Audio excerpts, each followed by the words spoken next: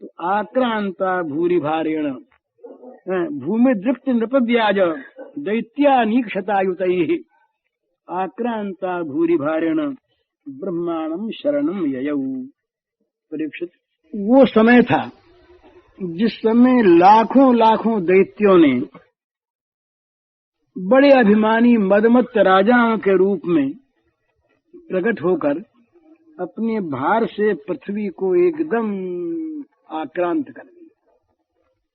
पृथ्वी कहा कहती है, आगे कहेगी कि मुझको और बोझ नहीं लगता, मुझको तो ये जो विषयी जीव हैं, पापी जीव, ये जब आकर के मेरे पर रहने लगते हैं तो मैं दब जाती हूँ, घबरा जाती हूँ। मेरे पर आदमी कितने ही रहें, कितना ही बोझ रहे, मुझे बोझ नहीं लगता। पर ये भारी भार, तो ये भूमि जितने ब्याज दैत्यानी शतायुत ही हजारों लाखों लाखों, हजार लाख, हजारों लाख, हजारों लाख दैत्यों ने जब पृथ्वी में दृप्त घमंड में भरे हुए राजाओं के रूप में प्रकट होकर जन्म लेकर और पृथ्वी को अत्यंत दबा दिया, तब पृथ्वी बड़ी दुखी हो गई। अब क्या करे पृथ्वी बेचारी। पृथ्वी ने दुखी होकर और सोचा कि अब तो शरण में जाए, कौन बचावे। तो सृष्टि का उत्पादन करने वाले ब्रह्मा जी, ब्रह्मा जी से संबंध रहता है, और जितने दैत्यों को वरदान देने वाले ब्रह्मा जी होते हैं। तो ब्रह्मा जी के पास, ब्रह्मा जी की शरण में ये गई। तो कैसे गई? लोग कहते हैं बोले मैं आपकी गाय हूँ। गाय जो है करुणा की मूर्ति है, गाय का स्वरूप है, ये करुणा की मूर्ति है। तो गौर भूत्वा श्रुमुखी खिन्ना क्रंदंती करुणम विभोः उपस्थितांतिके तस्मै व्यसनम स्वमवोचत। गाय का रूप धारण किया पृथ्वी ने। तो गाय भी कैसी, बड़ी दुबली पतली गाय, शरीर अत्यंत कृश हो गया और आंखों से आंसुओं की धारा बह रही गाय के, चारों तरफ कसाई कसाई, जो हो गाय को मारने को तैयार, पृथ्वी पर पाप बढ़ाने को तैयार। तो गाय जो है बेचारी बड़ी दुबली पतली गाय बनी और रोने लगी, करुण स्वर से रमाने लगी। गाय जब विपत्ति में पड़ती है तो ऐसी करुण स्वर में रोती है, ऐसी आवाज निकलती है कि सुनने वाले भी प्रभावित हो जाते हैं। तो गाय बेचारी दुबली पतली गाय, आंखों से आंसुओं की धारा बह रही, अत्यंत खिन्ना और क्रंदंती, रमा रही रोती हुई गाय और ब्रह्मा जी के पास पहुंच। ब्रह्मा जी ने कहा, भाई क्यों आई, पहचान लिया, क्या बात है? तो उसने अपनी कहानी सुनाई। बोले महाराज ये दशा मेरी हो गई। तो ब्रह्मा तदुपधार्याथ स दैव तथा सह जगाम तृणयन स्थिरम क्षीर पयोनिधे। ब्रह्मा जी ने कहा, भाई ये एक क्रम है, देवी भावी क्रम आया है। ब्रह्मा जी के पास जाते हैं, शिकायत लेकर ब्रह्मा जी ले जाते हैं शंकर जी के पास, और शंकर जी लेकर विष्णु भगवान के पास पहुंचते हैं। तब जाकर के मामला तय होता है, उपाय वो बताते हैं, पर सीधे नहीं जाते। एक प्रोसेस जाने का ये है कि पहले ब्रह्मा के पास जाएं, ब्रह्मा से विष्णु जी के पास, ये शंकर जी के पास। तो जब ये ब्रह्मा जी के पास गाय पहुंची तो बड़ी सहानुभूति के साथ, धीरज के साथ ब्रह्मा जी ने सब बात सुनी। दुखी की बात सुन लेना ये भी बहुत बड़ा एक अच्छा स्वभाव है। दुखी की बात लोग नहीं सुनना चाहते, औरों की बात तो सुन लेते हैं, पर दुखी की बात सुनने में का अवसर नहीं मिलता लोगों को। तो ब्रह्मा जी ने बड़ी दुखिया गाय पृथ्वी मैया, तो इसकी बात सुनी बड़ी सहानुभूति के साथ, पूछ पूछ करके। फिर बोले कि अब एक काम करो, देवताओं को साथ ले चले शंकर जी के पास। तो शंकर जी के पास गए देवताओं को लेकर के। फिर कहा कि अब तुम तो आगे हो जाओ गाय से, और शंकर जी और हम ये सब देवता अब चलते हैं क्षीर पयोनिधे क्षीर सागर के तट पर जाकर के भगवान को पुकारेंगे। तो गैया के साथ गैया को पृथ्वी को साथ लेकर के शंकर जी और देवताओं के साथ ब्रह्मा जी क्षीर सागर के तट पर गए।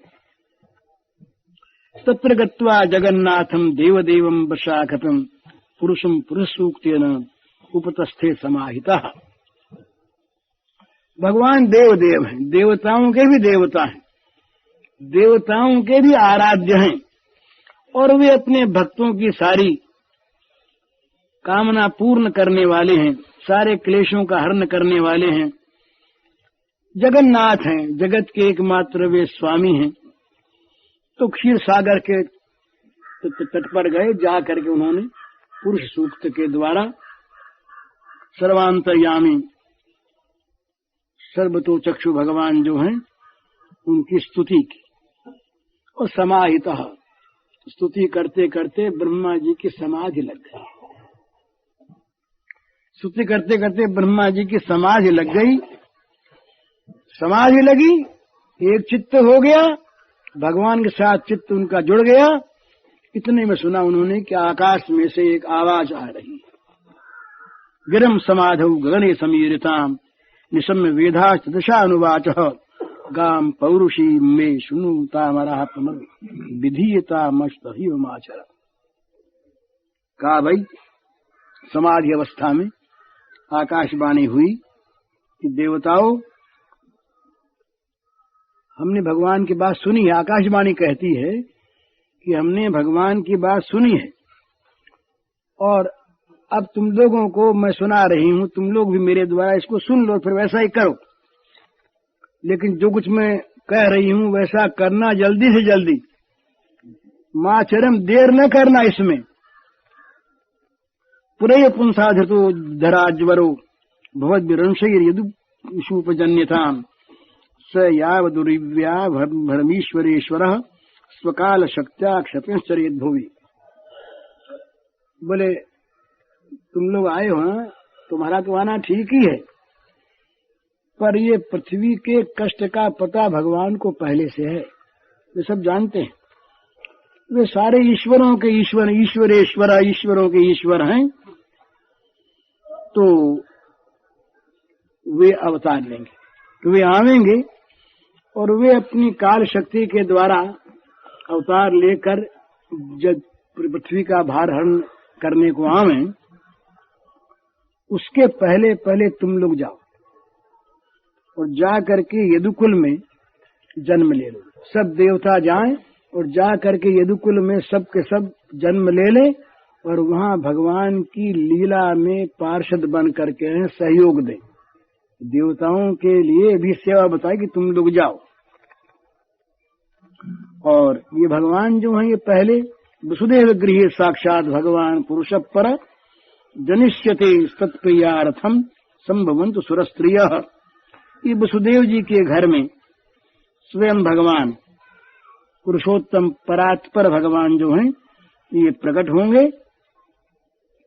और संभवन्तु सुरस्त्रियः तत्प्रियार्थम, या जनिष्यते तत्प्रिया,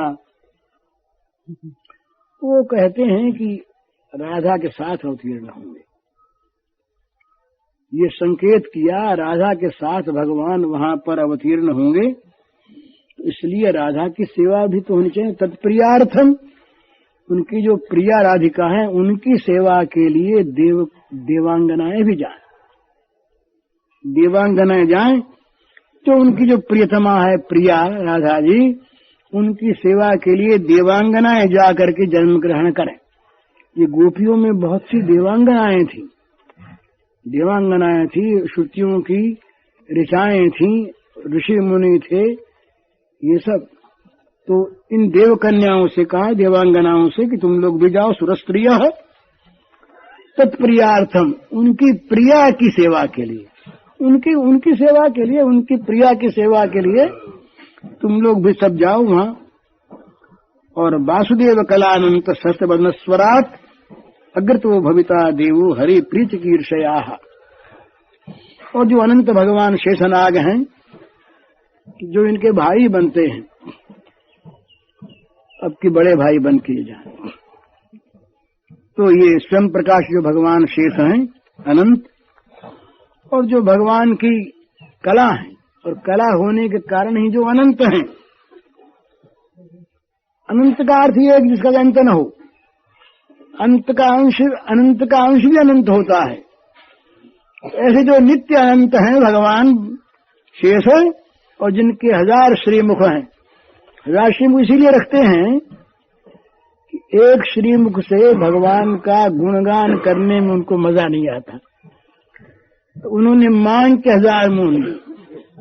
1000 मुंह, राधा जी ने तो कहा कि अरे 1000 से क्या होता, करोड़ मुंह हो तब कहीं श्री कृष्ण का नाम लेने का आनंद आवे, अब एक मुख से क्या हो। तो शेष जी ने 1000 मुख अपने लिए। बुरा लगता ना, 1000 मुंह हो तो कितना बुरा लगता है, पर वो कितना अच्छा 1000 मुंह से भगवान का गुणगान करते करते भी न थके। तो जिनके 1000 मुंह हैं वे भगवान अनंत भी। आकाशवाणी कहती है देवताओं का प्रिय कार्य करने के लिए, और अगर तो उनके बड़े भाई बनकर पहले से पहले वो पहले चले जाएं, पहले चले जाएं, पहले चले जाएं, आगे जा करके और भगवान की लीला के अभिनय के लिए तैयारी करें। विष्णु और माया भगवती यया सम्मोहितम जगत आदिष्टा प्रभुनाम शियन कार्यार्थी संभविष्यति। योग माया बिना काम नहीं होता। भगवान की जो योग माया है, अत्यंत ऐश्वर्यमय योग माया भगवान की, जिसने सारे जगत को मोहित कर रखा है। तो भगवान की आज्ञा से ये योग माया भी अंश रूप में जाएंगी, वहां पर अवतार लेंगी, और ये भगवान की लीला का कार्य संपन्न कराने में सहायता करेंगे। कल मौका लगेगा तो बताएंगे कि इसमें श्री कृष्ण के, स्वयं भगवान श्री कृष्ण के प्रकट होने का भी इसमें संकेत है। तो इस प्रकार से आकाशवाणी हुई। तो सुखदेव जी कहते हैं कि इत्यादि श्यामरगणान प्रजापति पतिर्विभु आश्वास च महीम गीर्भिः स्वधाम परमम ययौ। सुखदेव जी कहते हैं कि परीक्षित, ये प्रजापति पति, प्रजापतियों के जो स्वामी हैं भगवान ब्रह्मा जी, उन्होंने देवताओं को आकाशवाणी सुनकर ये आज्ञा दी कि अब तुम लोग जाओ। ये आकाशवाणी हुई है, और पृथ्वी से भी कहा, ढाढ़स बंधाया पृथ्वी को, आश्वासन दिया, आश्वास च महीम, पृथ्वी को कहा कि अब तुम डरो नहीं, अब तुम्हारा भार बहुत जल्दी उतर जाएगा। और यूं कह करके इन सबको भेजा, और आप अपने परम धाम को, स्वधाम को गए। शूरसेनो यदुपतिर मथुरा मावसन्नपुरी माथुरान शूरसेना विषयान बूझे पुरा। एक राजा थे यदुवंशियों में, उनका नाम था शूरसेन। वे मथुरापुरी में रह करके ये माथुर मंडल और शूरसेन मंडल, इन दोनों का शासन किया करते थे। उसी समय से राजधानी ततप्सा भूत सर्व यादव भूभुजा, उसी समय से मथुरा ही सारे यदुवंशियों की, राजाओं की राजधानी हो गई थी। कौन सी मथुरा? मथुरा भगवान यत्र नित्यम सन्निहितो हरि।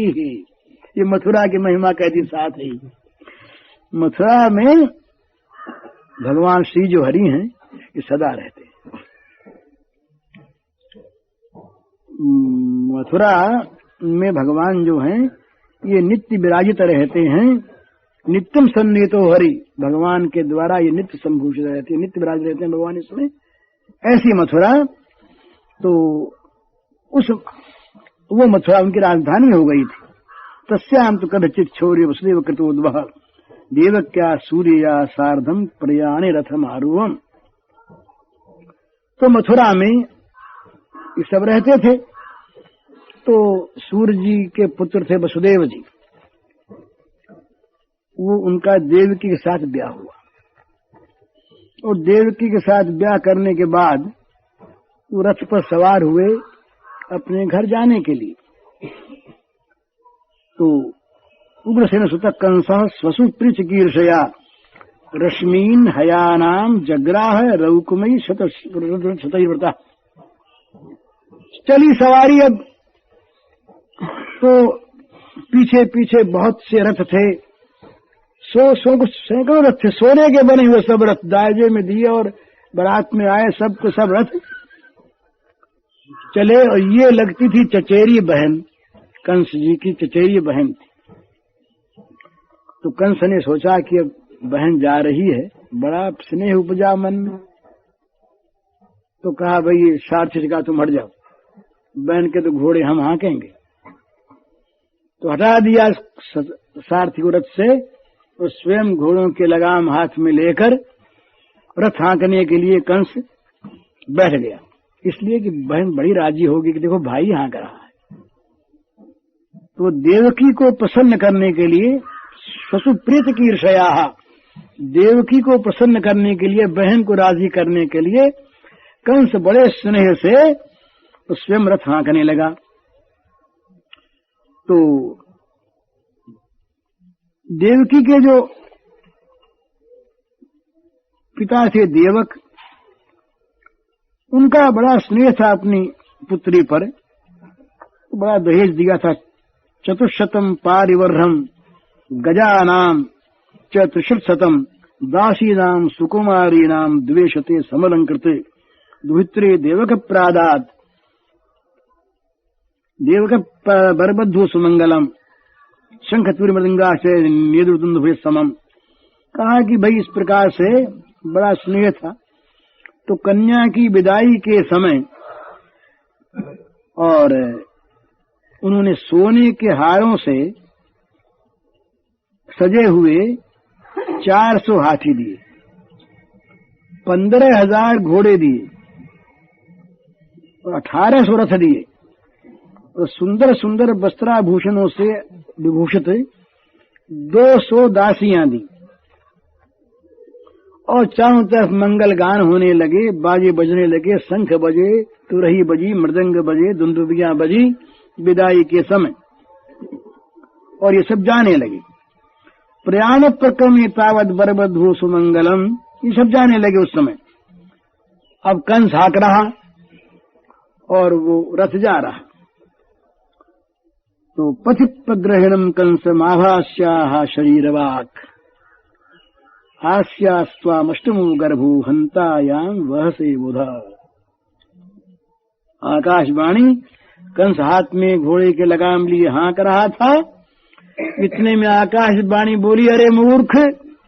आकाशवाणी हुई, अरे मूर्ख, तू जिसको रथ में बैठा के लिए जा रहा है उसका 8वें गर्भ का संतान तुझे मार देगा। अब महाराज कहाँ तो बड़ा स्नेह था मन में, बहन को रथ से बैठा के हाँक रहा था।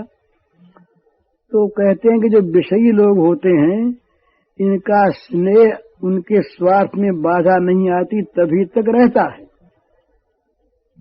क्योंकि इनका सारा स्नेह जो है वो स्वार्थमय होता है। यहाँ बड़ाई मिलती है ना कि देखो कंस कैसा महात्मा है, कितना प्रेमी है कि अपनी बहन का रथ हाँक रहा है। बहन से प्रेम थोड़ा ही था, वो तो बड़ाई सुनने की अभिलाषा थी, विषय था मन में। तो जो आकाशवाणी सुनी कि 8वीं संतान तुझे मार देगी, इत्युक्त सखल पापो भुजानाम कुलपांसना भगनिम हंतुमारब्ध खड़ग पानी कचे ग्रही। बदल गया सारा का सारा स्वांग। उस समय बड़ा पापी था कंस, बड़ा पापी था, बड़ा पापी था, और उसके दुष्टता की कोई सीमा नहीं थी। बड़ा खल था, बड़ा दुष्ट था, मानो वो भोजवंश का कलंक ही था, एक तरह से राक्षस था। तो आकाशवाणी जहां सुनी वहां उसका सारा स्नेह बह गया। जरा सी भी उसने बात नहीं सोची कि भाई आगे चल के देख लेंगे, अभी तो काम निभाओ, इसको घर तो पहुंचा दो। फिर देख लेंगे। इतना भी नहीं सोचा, चट उसने तलवार खींच ली म्यान से, तलवार खींच ली, खड्ग पाणी, और पीछे मुड़ करके बहन की चोटी पकड़ ली। कहाँ तो पहुंचाने जा रहा था, कहाँ अपने मरने की बात सुनते ही तलवार खींचकर चोटी पकड़ ली उसने बहन की। उस समय जो अपने पति के साथ विवाह करके जा रही थी बहन, उस बहन की उसने चोटी पकड़ ली, तलवार खींच ली, डराने के लिए नहीं, हंतुमारब्ध, मारने के लिए, मार डालूंगा, तैयार हो गया मारने के लिए। शर्म भी नहीं आई। तम जुगुप्सित कर्माणाम निशंसम निरपत्रपम, बड़ा निर्लज्ज, सभ्यता भी नहीं सामने उसके जरा सी आई कि भाई अभी तो न मारो, अकेले में फिर मार देंगे। इस समय तो, पर वो तो आवेश आ गया उसको, जहां स्वार्थ में उसको बाधा आती दिखाई दी कि कंस का मन उछट गया। कंस ने कहा राम राम राम, इसको तो 1 मिनट भी जीवित नहीं रखना है, अभी मार डालना। चोटी पकड़ ली, और इतना क्रूर और इतना निर्लज्ज हो गया। माने जो बहुत पाप करता है ना, जो काम करता है उसके करते करते शंका निकल जाती है। तो न मालूम कितनी स्त्रियों को अब तक ये मार चुका था कंस, न मालूम कितने खून कर चुका था, कितनी बदमाशी कर चुका था। तो ये करते करते इन सब बातों में ये निर्लज्ज हो गया था। जब तक पाप करते शर्म आती है तब तक कुछ बचता है आदमी पाप से, पर जब खुलकर पाप करता है तब तो वो पापमय बन जाता है। तो ये खुलकर पाप करने वाला महापापी रहा कंस दुष्ट, तो निर्लज्ज हो गया। तो इसने जब मारने की तैयारी की, वसुदेव जी कांप गए। वसुदेव जी थे बुद्धिमान। वसुदेव जी ने सोचा कि इसके हाथ में है तलवार, अब ये लड़ाई करने की बात भी सोचेंगे तो ये तलवार पहले मार ही देगा, देवकी तो मरी जाएगी, फिर चाहे इसको मारो। देवकी के मरने के बाद चाहे बदला लो, मारो, उससे तो कोई लाभ होगा नहीं। तो देवकी के मरने से पहले पहले ही बुद्धिमानी से समय देख करके एक बार रक्षा कर ली जाए, बचा लिया जाए, फिर देखेंगे। तो उनके लिए कहा वसुदेव महाभाग, महाभाग, बड़े भाग्यशाली थे। जिनकी बुद्धि ठीक वही भागवान, महाभाग, और जिनकी बुद्धि बिगड़ी वो तो अभागा है ही। तो समय पर विपत्ति के समय जिसकी बुद्धि न बिगड़े, विपत्ति के समय जिसकी बुद्धि ठीक ठीक निर्णय दे, विपत्ति के समय जिसकी बुद्धि का निश्चय सम्यक हो, वही वास्तव में महाभाग है, भाग्यवान है। विपत्ति में घबरा गया, विपत्ति में आवेशित हो गया, विपत्ति में कुछ भी कर बैठा, फिर तो कर बैठा, फिर तो गया हाथ से मौका। तो ये वसुदेव जी महाराज जो रहे, ये बड़े, तो उन्होंने सोचा कि खल है ना, ये खल को राजी करने के लिए जरा उसकी खुशामद करनी पड़ती है, बड़ाई करनी पड़ती है। तो वसुदेव जी बड़े बुद्धिमान रहे। तो वसुदेव महाभाग उवाच परिसांत्वयन्, उसको देखा कि तो मारने को तैयार है, तो हाथ जोड़ी, बोले जरा बात सुन लीजिए, जरा बात सुन लीजिए, मारी जरूर, जरा से सुन लीजिए बात। शांत करते हुए और वसुदेव जी ने बड़ी नम्रता के साथ और मुंह पर कोई मिलानता न लाते हुए, मानो इस प्रकार का मुंह उन्होंने किया उस समय कि कंस के गुणों पर मुग्ध है। कंस को यही भान हुआ कि ये तो भाई सचमुच महात्मा है, ये मेरे गुण पर मुग्ध हो रहे हैं, तभी तो बड़ाई करते हैं। तो वसुदेव जी इस प्रकार की आकृति बना करके वसुदेव उवाच का श्लाघनीय गुण सुन रही है। भवान भुज शुष्कर बड़ाई स कथम भगिनी हन्यात श्रिया मुद्वा परवै। वसुदेव जी ने कहा, मृत्यु जन्मताम, वसुदेव जी बोले, क्या आपकी तारीफ की जाए कंस जी, आप तो आप तो महाराज होनहार हैं, आपके वंश में आप कुल दीपक हैं, और आप तो वंश की कीर्ति बढ़ाने वाले हैं, और आपके समान संसार में वीर कौन है? सारे बड़े बड़े शूरवीर आपके गुणों की प्रशंसा करते हैं, बड़ाई करे तब कोई बात सुनता ही नहीं। पहले बोले कौन सुनाने वाले आए, हम तो मार देते हैं। बोले सारे शूरवीर आपके बड़े। इसमें एक दूसरा भी थे, इतने शूरवीर होकर के तुम स्त्री को मारते, बहन को मारते हो। तो कहा कि भाई आप जो हैं ये बड़े शूरवीर हैं, शूरई श्लाघनीय गुण शूरई ही। केवल मामूली लोग आपके बड़ाई करते हो, आपके गुण गाते हो, सो बात नहीं है। बड़े बड़े शूरवीर भी आपके गुणों की श्लाघा करते हैं, सब बड़ी बड़ाई करते हैं आपकी। और आप भोज वंश के तो बस यश बढ़ाने वाले ही।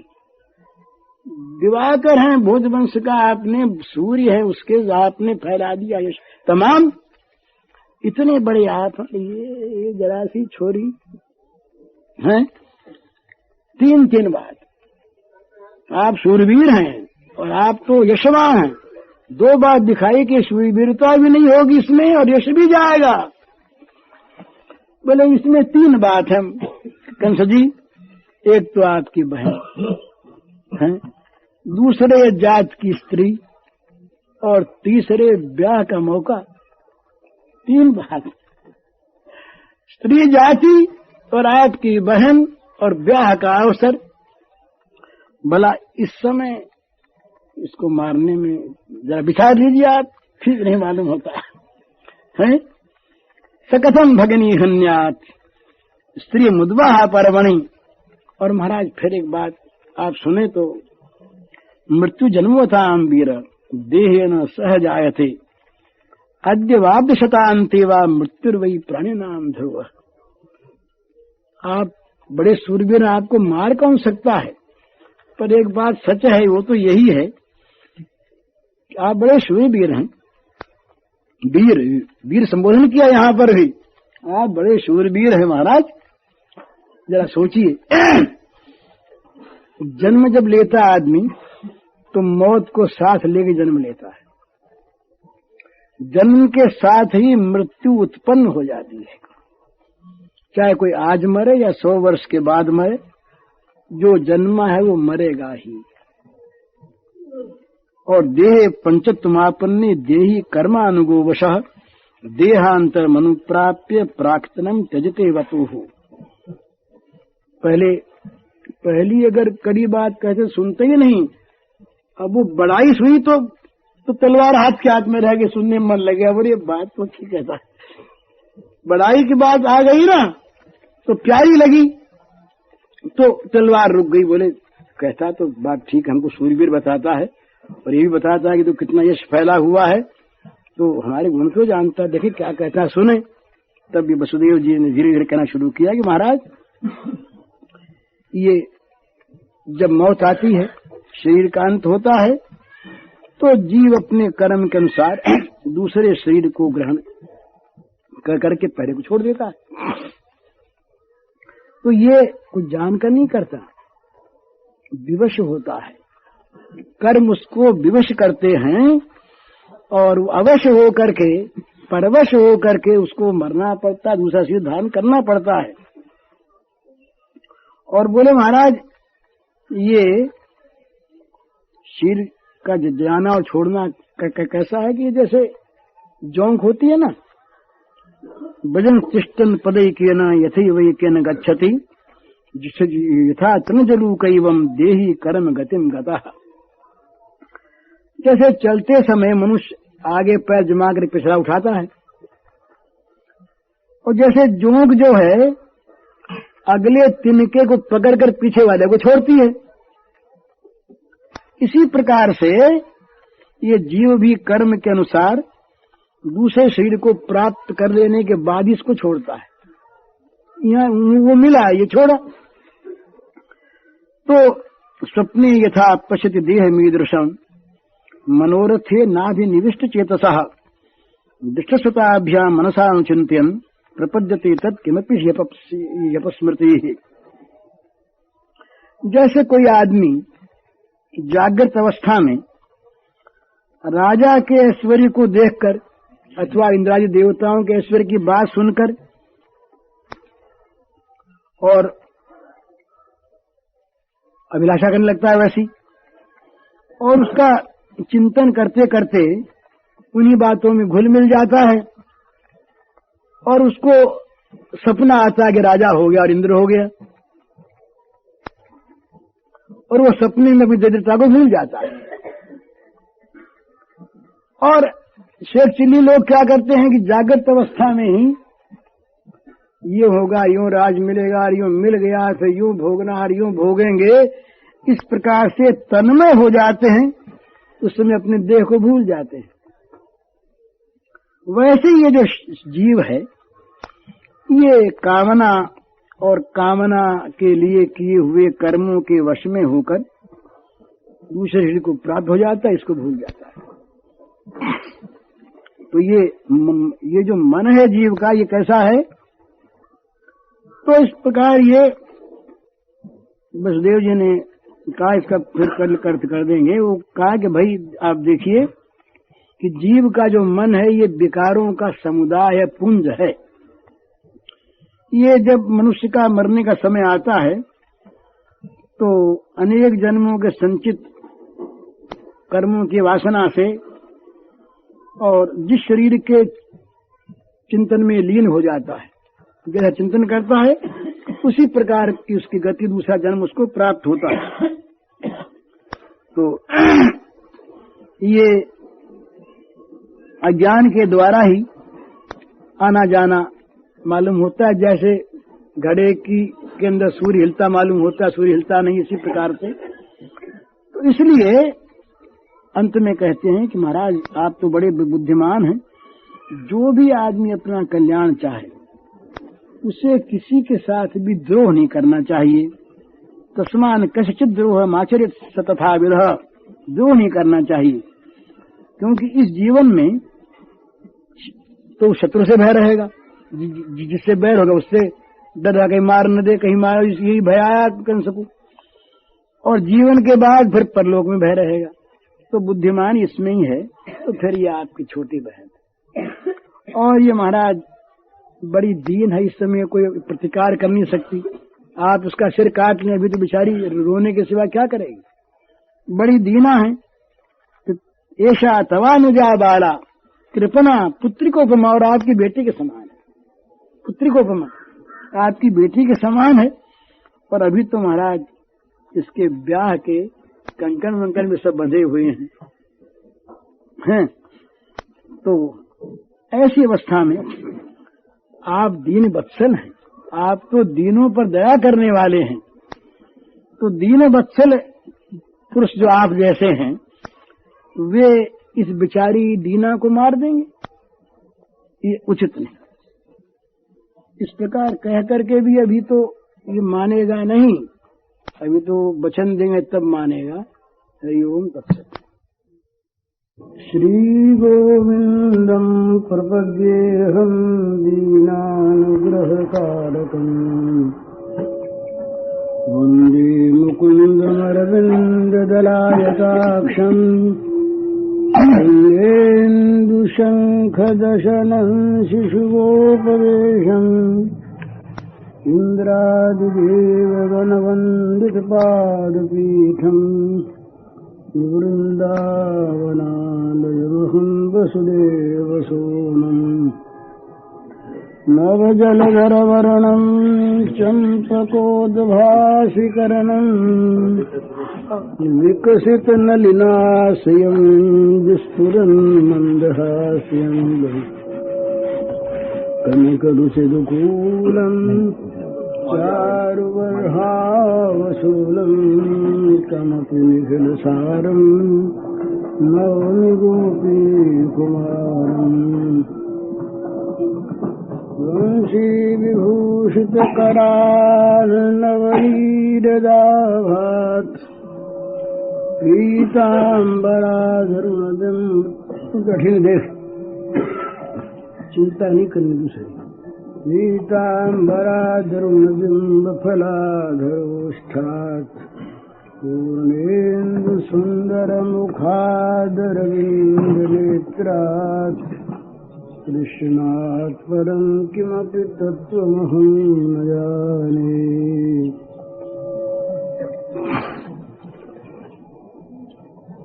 कंस के कारागार में वसुदेव देवकी बंद है और भगवान श्री देवकी जी के उदर में प्रविष्ट हो गए हैं। तो भगवान का ये देवकी के उदर में आना देवताओं के लिए, ऋषियों के लिए बड़े ही आनंद की बात है। तो देवता, ऋषि तमाम, शंकर, ब्रह्मा आदि, नारद आदि ऋषि एकत्र होकर के कारागार में आए और वो स्तुति करना चाहते हैं। तो एक महानुभाव लिखते हैं बड़ा सुंदर, वो लिखते हैं कि जो मुक्ति, जो स्वतंत्रता अपने जीवन से भगवान को हटा दे, वो स्वतंत्रता भी सर्वथा त्याज्य है। और जो जेल खाना भगवान के साथ संपर्क जुड़ा दे और देवताओं को भी उस जेल में आना पड़े स्तवन करने के लिए, वो बंधन भी बड़ा शुभ बंधन, बड़े सौभाग्य से मिलने वाला बंधन। तो वसुदेव देवकी बड़े सौभाग्यशाली हैं कि उनकी दैहिक स्वतंत्रता छिन गई, परतंत्र हैं वे। पर उनकी ये परतंत्रता कितनी महान है कि भगवान स्वयं भगवान को परतंत्र बनाकर उनके उदर में ला दिया। ये परतंत्रता,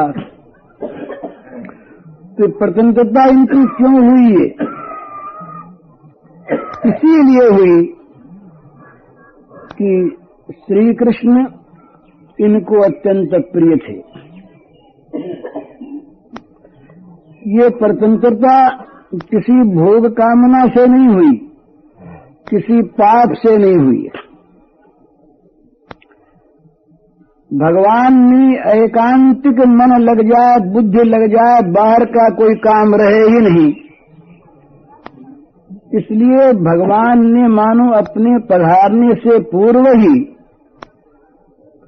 वसुदेव देवकी को ध्यान लगाने का अवसर दे दिया। तो देवता लोगों ने देखा कि जो चराचर विश्व में व्याप्त भगवान है उनकी तो स्तुति किए करते हैं। ये जो स्तवन है यहाँ पर, ये देवकी गर्भ में स्थित भगवान का स्तवन है। भला मंगल विग्रह वाले भगवान का स्मरण है। तो देवता लोग ये स्तवन करने के लिए सब तमाम आ गए। जेल खाने के और लोगों को मालूम हुआ नहीं। जेल में सब लोग अपने अपने काम में लगे, किसी को पता नहीं, और देवता लोग अपनी सिद्धि से सबको सम्मोहित करके पधार गए और भगवान का स्तवन उन्होंने आरंभ किया। और स्तवन का जो पहला श्लोक है उसको तो जरा विस्तार से कह दें, उसके बाद फिर देखा जाएगा।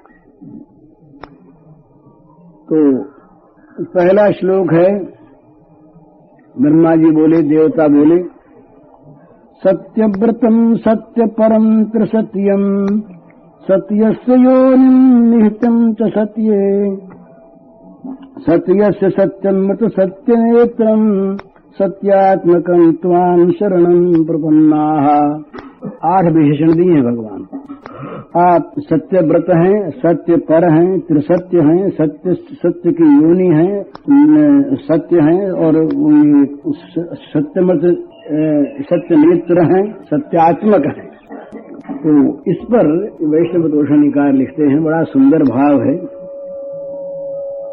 वो लिखते हैं कि जब देवता आए, देवता आ तो गए, पर देवताओं ने सोचा कि स्तुति क्या करें, इनका गुणगान क्या करें, जिनके गुणों का कहीं था ही नहीं, जिनके अनंत गुण हैं, अनंत गुणवान भगवान के गुणों का वर्णन करना ये तो असंभव है, बल्कि गुण वर्णन करने जाकर गुणों को सीमित करना है। इसलिए संकोच हुआ। फिर मन में आया कि कोई बात नहीं, इनका एक स्वभाव है, ये नाराज नहीं होते, बहुत थोड़े को ही बहुत बड़ा मान लेते हैं। पत्रम पुष्पम फलम तोयम यो में भक्त्या प्रयच्छति। भक्ति पूर्वक प्रेम पूर्वक इन्हें अगर एक चुल्लू जल भी दिया जाए, तुलसी का एक पत्र भी दिया जाए, तो ये उसको बहुत बड़ा मान लेते हैं।